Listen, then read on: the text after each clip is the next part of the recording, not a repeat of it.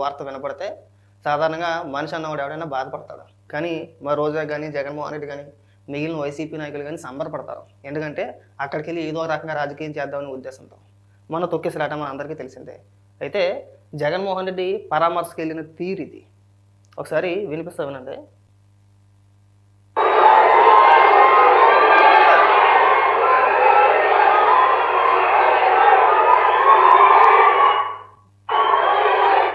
ఈ ఎద్దు ఏమని అడుతుందో చూసారా? అక్కడికి హాస్పిటల్ లోపలికి వెళ్తూ జై జగన్ అంట. దేనికి అసలు? నీకేమైనా బుర్ర ఏమైనా పనిచేస్తుందా? నీకేమైనా మైండ్ ఏమైనా ఉందా రోజు అసలు? మనిషివేనా నువ్వు, లేదంటే పశువా? అక్కడ జై జగన్ అని అరచేయాల్సిన అవసరం ఏమొచ్చింది? ఏం పీకి పూర్తి చేసాడని చెప్పేసి అని జై జగను. మీరు ప్రచార యాత్రకు వెళ్ళారా? పరామర్శ కాదు మనం వెళ్తా. పరామర్శకు వెళ్ళేటప్పుడు మనం ఎంత హుందాగా వెళ్ళాలి. ఒక పక్కన గాయపడిన వ్యక్తులు హాస్పిటల్లో చికిత్స పొందుతున్నారు, వాళ్ళ కుటుంబ సభ్యులు అక్కడే ఉన్నారు. వాళ్ళే పుట్టుడు దుఃఖంలో ఉంటే మనం వెళ్తూ వెళ్తూ జై జగన్ అని చెప్పేసి వెళ్తే వీళ్ళ కొవ్వు కాదు ఇది. మరి నేను చెప్పు తీసుకొట్టద్దు రోజా నిన్ను. మీకు వాళ్ళపైన ప్రేమతో వెళ్ళారా? వీళ్ళకి తొక్కేసలాటలో ఒక 6 చనిపోయారు, అయ్యో పాపం అనే కంటే 6 చనిపోయారు మనం రాజకీయం చేయడానికనే సంతోషం ఎక్కువ వీళ్ళకి. వీళ్ళ మొక్కలో కించింతైనా బాధ కనబడుతుంది వీళ్ళకి. వీళ్ళ మనుషులా? పైగా వీళ్ళు రాజకీయాల గురించి మాట్లాడుతూ చంద్రబాబు నాయుడు గారిని ఉద్దేశించి, ప్రభుత్వాన్ని ఉద్దేశించి, బీఆర్ నాయుడు గారిని ఉద్దేశించి వీళ్ళు మాట్లాడేవి. ఇది బాధ్యత? దీన్ని ఎవడైనా బాధ్యత అంటాడా? నిన్ను ఎవడైనా మనిషి అంటాడా? మనం పెద్ద పెద్ద ఉపన్యాసాలు ఇచ్చావు, ఏమన్నా మనం ఎక్కడికైనా పరామర్శకు వెళ్తాం. మన కుటుంబ సభ్యులు ఎవరికైనా బాగోకపోతే వాళ్ళు హాస్పిటల్లో ఉంటే మనం పరామర్శకు వెళ్తాం. పరామర్శకు వెళ్తూ హాస్పిటల్ దగ్గర, లేదంటే వాళ్ళు ఎక్కడైతే ఉన్నారో అక్కడ ఆ ప్రదేశానికి వెళ్ళి మనం వచ్చామని చెప్పేసి మన వెనకాల కొంతమందిని పెట్టేసుకుని పేటీఎం కుక్కల్ని వాళ్ళ చేత నాకు నేను జైగుట్టిచ్చేసుకుంటే అటుపక్కన బెడ్ మీద పడుకున్నవాడు వాళ్ళ కుటుంబ సభ్యులు ఏమనుకుంటారు? వీళ్ళు ఓవరాగా నన్ను పరామర్శించడానికి వచ్చాడా, పరామర్శ పేరుతో రాజకీయం చేయడానికి వచ్చాడని చెప్పేసి అనుకుంటారు అనుకోరా? ఇవి నిన్ను కూడా అలాగే అనుకున్నారు. ఈ దిక్కుమల్యాదలో పరామర్శ వచ్చినట్లేదు, మమ్మల్ని పరామర్శించడానికి వచ్చినట్లేదు, మమ్మల్ని అడ్డం పెట్టుకుని రాజకీయంగా లబ్ధి పొందడానికి వచ్చారని చెప్పేసి అనుకుంటున్నారు. ఎందుకు రోజా అంత గొడవలు దించేసుకుని, అంత గొంతు దించేసుకుని జై జగన్ అని నడిచేస్తున్నావు కదా? అక్కడ అవసరమా? మీరు వెళ్ళిన సందర్భం ఏంటి? మీరు చేస్తున్న పనులు ఏంటి? అక్కడ జై జగన్ అని చెప్పేసి ఎందుకు రారా? నీకు ఏమాత్రమైనా సిగ్గు సెరవలాంటిది ఏదైనా ఉందా నీ బతుక్కి? అలాగే ఇక్కడ ఇంకా మీరు కార్యకర్తలు కాదు, మీరు నాయకులు.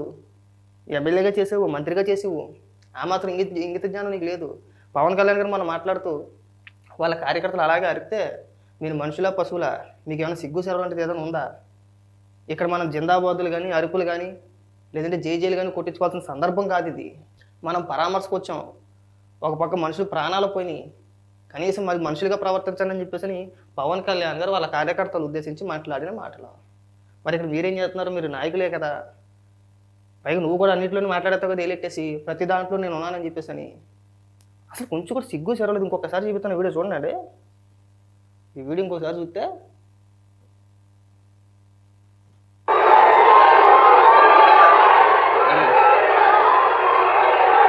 దేనికి జై జగన్? అదే కదా మాకు డౌట్. వీళ్ళు పరామర్శ పేరుతో చేసే రాజకీయాలండి ఇవన్నీ కూడా. పైగా మన సాక్షిలో కొంతమంది పేటీఎం కుక్కల్ని కూర్చోబెట్టేసి పరామర్శించే విధానం గురించి, పరామర్శ గురించి వీళ్ళు మాట్లాడతారు. నేను వెళ్ళాడు జగన్మోహన్ రెడ్డి మొన్న, రోజా కూడా వెళ్ళింది, జగన్మోహన్ రెడ్డి వెళ్ళాడు, వైసీపీ నాయకులు అందరూ వెళ్ళారు. సాక్షిలో పెద్ద పెద్ద ఉపన్యాసాలు ఇస్తున్నారు, ఒక్కొక్కరికి 25 లక్షలు ఇవ్వాలి, 30 లక్షలు ఇవ్వాలని చెప్పేసి నేను బీఆర్ నాయుడు గారు కూడా ప్రకటించారు ఎవరికి ఎంత అని చెప్పేసి. మీరు కానీ జగన్మోహన్ రెడ్డి కానీ వైఎస్ఆర్సీపీ పార్టీ తరపు నుంచి 5 పైసలు సాయం చేయాల, ₹1.5. ఆ బాధితులకి ₹1.5 సహాయం చేశారా మీరు? చేయలే. హాస్పిటల్ దగ్గర జై జగన్ అంటే పరామర్శించే విధానం ఇది. పైగా మా సాక్షిలో వార్త ఏమంటే వేస్తారంటే జగన్మోహన్ రెడ్డి ఎలాగానే జనం అంతా జై కొట్టేశారు.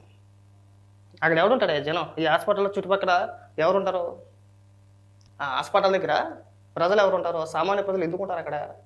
అయితే గీతే హాస్పిటల్ ఎవరైతే చికిత్స పొందుతున్నారో వాళ్ళ బంధువులు ఉంటారు, వాళ్ళకి సంబంధించిన వ్యక్తులు ఉంటారు, చనిపోయిన వాళ్ళ కుటుంబ సభ్యులు ఉంటారు, వాళ్ళే బాధల్లో ఉంటారు కదా. మరి ఎబ్బెట్టిగా చాలా చిరాగ్గా కడుపుకు అన్నం తినడం మానేసి అశుద్ధం తినేసి దున్నపోతులాగా అక్కడికి వెళ్ళి పెద్ద పెద్ద కేకలేస్తే నేను మనిషి అనాలా, పశువు అనాలా? అంటే పరామర్శించే విధానం అదే అంటారా? మీరు చెప్పండి. పైగా వీళ్ళు వచ్చి పెద్ద పెద్ద ఉపన్యాసాలు, నాకు ఒక్కసారి ఆశ్చర్యం కలుగుతూ ఉంటుంది. వీళ్ళు చేసే పనులు, వీళ్ళు చేసే చేష్టలు, పెద్ద పెద్ద ఉపన్యాసాలు. ప్రజలపైన ప్రేమ కాదు, మళ్ళీ అధికారం కోసం. ఎవరు రాష్ట్రంలో ఎవరు ఎప్పుడు చనిపోయినా, ఎక్కడ చనిపోయినా ఏదో రకంగా రాజకీయ రంగు పులివేసి ప్రభుత్వం మీద బురద చల్లేయాలి, మళ్ళీ మా జగనన్నే వచ్చేయాలి, జగన్మోహన్ రెడ్డి ఉంటే ఇలాంటి సంఘటనలు జరిగి ఉండేవి కాదేమో. వాళ్ళు చెప్పే ప్రయత్నం మాత్రం అదే. రోజా ఇకనైనా కాస్త సిగ్గుపడి ఇంకెప్పుడు కూడా ఇలాంటి తప్పుడు ప్రచారాలు ఉం? ఇలా పరామర్శకు వెళ్ళేటప్పుడు ఇలా ఒళ్ళు మర్చిపోయి గంగిరెద్దిలాగా దొన్నపోతులాగా పెద్ద పెద్ద క్యాకులు వేసుకుంటా రంకిలు వేసుకుంటే వెళ్ళబాకు. చూడడానికి చాలా సిరాగ్గా చాలా ఎబ్బెట్టుగా ఉంది. ప్రజలు తుపుక్కుని ముఖం మీద ఉమ్మేసి స్థాయికి తీసుకొచ్చుకున్నాం. పైగా ప్రతి సందర్భంలోనూ రోజా మాట్లాడుతూ చంద్రబాబు నాయుడు గారికి క్షమాపణ చెప్పాలి, పవన్ కళ్యాణ్ గారికి క్షమాపణ చెప్పాలి, అర్జెంటుగా రాజీనామాలు చేసేయాలి, ఇంకా అర్జెంటుగా రాజీనామాలు చేసేయాలి. వీరేమో సిగ్గు లేకుండా పరామర్శకు వెళ్తూ 10 మంది పేటీఎం కుక్కలను వేసుకొని నేను జగన్మోహన్ రెడ్డి పెద్ద పీకి పొడి చేసినట్టు జై జగన్, అసలు ఏం పీకి పొడి చేయడం చెప్పేసి అక్కడ జై జగన్ నినాదాలు మాకు ఇవాళ కూడా అర్థం కావట్లేదు. మేము మొన్నే మాట్లాడాం, హాస్పిటల్ దగ్గర నినాదాలు ఏంటో దిక్కుమలి ఎదవల్లారా, వెళ్ళేది పరామర్శకరా, కనీసం జగన్మోహన్ రెడ్డి కన్నా సిగ్గుసారి ఉండాలి కదా జై కుట్టించుకోవడానికి. జగన్మోహన్ రెడ్డికి ఎలాగా ఉండదు, కనీసం కార్యకర్తలకు మీకన్నా ఉండాలి. కార్యకర్తలు కూడా పక్కన పెట్టండి, మంత్రులు, మాజీ మంత్రి ఇవిడి, కనీసం ఆవిడకి కూడా ఇంగిత జ్ఞానం లేదు. ఆవిడ కూడా సోయి లేదు, ఇంగిత జ్ఞానం లేదు. హాస్పిటల్కి వెళ్తూ జై జగన్ ఏం సాధించేసాడని చెప్పేసి జై జగన్ నాకు అర్థం కాల. జై కుట్టించుకునే సందర్భం కూడా కాదే. ఒక పక్కన ప్రాణాలు పోయినాయి, 6 చనిపోయారు, 10ల సంఖ్యలో గాయపడ్డారు, వాళ్ళు కూడా అక్కడ చికిత్స పొందుతున్నారు, వాళ్ళ కుటుంబ సభ్యులు కూడా అక్కడే ఉన్నారు, బాధల్లో ఉన్నారు. అయినా సరే జై జగన్. వాళ్ళు ఏమనుకుంటారు అసలు? మీరు మమ్మల్ని పరిపాలించేశారు, 5 సంవత్సరాలు పరిపాలించేశారు. ఇలా లేఖితనంతో ఇలా పెచ్చదనంతో మనల్ని 5 ఏళ్ళు పరిపాలించేశారు. 5 సంవత్సరాలు ఎవరికీ పావలా బెల్ల సహాయం చేయలే. అందరూ పెద్ద పెద్ద వార్తలు చదువుతూ ఉన్నారు, పెద్ద పెద్ద మాటలు మాట్లాడుతూ ఉన్నారు. జగన్మోహన్ రెడ్డి హయాంలో ఇంతకంటే ఘోరమైన సంఘటనలు జరిగినాయి. ఉదాహరణకి తిరుపతి వచ్చింది కాబట్టి తిరుపతి తీసుకోండి. రియా ఆసుపత్రిలో ఆక్సిజన్ అందక 13 మంది చనిపోయారు. దాని గురించి ఏనాడు మాట్లాడదు రోజా. కచ్చలూరు బోటు ప్రమాదం, 55 మంది జల సమాధి. అన్నమయ్య డ్యాం కొట్టుకుపోయి 42 మంది చచ్చిపోయారు. ఎల్జీ పాలిమర్స్ ఘటన, అది కాకుండా జంగారెడ్డిగూడలో కల్తీ మద్యం తాగి ఒక 30 మంది చనిపోయారు. అలా చెప్పుకుంటా పోతే 1 కాదు 2 కాదు కోకొల్లలో. దాని గురించి సమాధానాలు ఉండవండి వీళ్ళకి, దాని గురించి సమాధానం చెప్పరు. అనుకోని సంఘటన జరిగితే ఇంక పొలవమని ఎగేసుకుని వచ్చేయడమే. ఇంకా వీళ్ళకి ప్రజల మీద ప్రేమ కాదండి, ఏదో రకంగా రాజకీయ లబ్ధి పొందాలని ఆతృత తప్పితే ప్రజల మీద ప్రేమ లేదు వీళ్ళకి. పైగా సాక్షిలో ఏమని రాసుకొస్తారంటే అది ఇంకా విచిత్రం. చదివినిపిస్తాను చూడండి ఇక్కడ. Pawan versus TTD chairman, Tirupati తొక్కిసలాటపై పవన్కు TTD chairman counter. TTD chairman సహా అందరూ క్షమాపణ కోరాలన్న డిప్యూటీ సీఎం. ఎవరో చెబితే క్షమాపణ చెప్పాలన్న టీటీడీ చైర్మన్ బీఆర్ నాయుడు. క్షమాపణ చెప్తే చనిపోయిన వాళ్ళు తిరిగి వస్తారంటూ ఎద్దేవా. ఆ తర్వాత మాట మార్చి పవన్ ఉద్దేశించి మాట్లాడలేదని బుకాయింపు. మాట మార్చాల్సిన అవసరం బీఆర్ నాయుడు గారికి ఉందండి. అంత అవసరం ఏముంటుంది? ఆయన చిన్నపిల్లోడు ఏమీ కాదు, మొహమాటానికి పోయే వ్యక్తి అంతకంటే కాదు.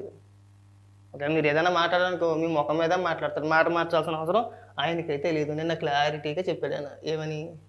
నేను పవన్ కళ్యాణ్ గారిని ఉద్దేశించి అనలేదు, కొంతమంది వైసీపీ నాయకులు కావచ్చు, లేదంటే సోషల్ మీడియాలో ప్రతి పొగుడిగాడు కూడా ఇష్టం వచ్చినట్టు మాట్లాడతారో వాళ్ళని ఉద్దేశించి నేను సమాధానం చెప్పాను తప్పితే పవన్ కళ్యాణ్ గారు మాట్లాడిన మాటలకి నా మాటలను జోడించి తప్పుడు ప్రచారం చేయడం, విష ప్రచారం చేయడం మంచిది కాదని చెప్పేసి ఆయన చేసిన ట్వీట్ ఇది. ఒకసారి చదివిస్తాను చూడండి.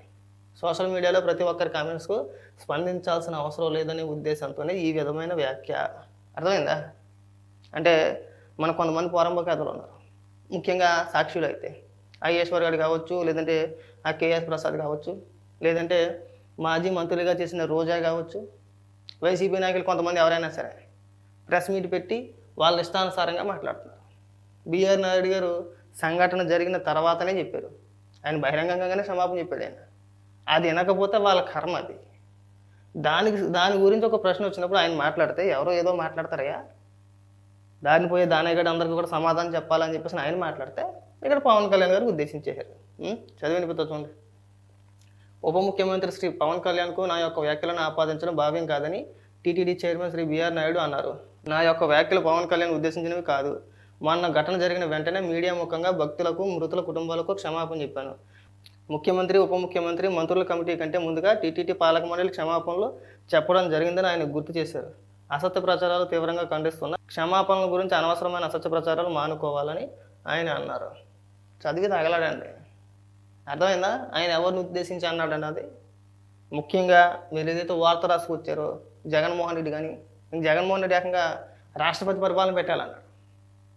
జరిగిన సంఘటన గురించి మాట్లాడుతూ చంద్రబాబు నాయుడు గారికి క్షమాపణ చెప్పాలి, బీఆర్ నాయుడు గారికి క్షమాపణ చెప్పాలి, లేదంటే పవన్ కళ్యాణ్ గారికి క్షమాపణ చెప్పాలి. అసలు ముఖ్యమంత్రి, ఉప ముఖ్యమంత్రి రాజీనామాలు చేసేయాలి, రాష్ట్రపతి పరిపాలన పెట్టేయాలి, ఆయనతో పాటు మీ బేటీ ఇంకొకరు అందరూ కూడా మొదలెట్టారు. అప్పుడే ఆయనకి సంబంధించి మాట్లాడితే ఇక్కడ ఏకంగా పెద్ద పెద్ద వార్తలు. దీనికి సంబంధించి అంబటి రాంబాబు ఏకంగా ఒక వీడియో కూడా చేసేసాడు ఏకంగా. నాయుడు గారు అహంకారం అని చెప్పేసి ఒక టైటిల్ పెట్టేసి పవన్ కళ్యాణ్ గారిని అంత మాట అంటారా?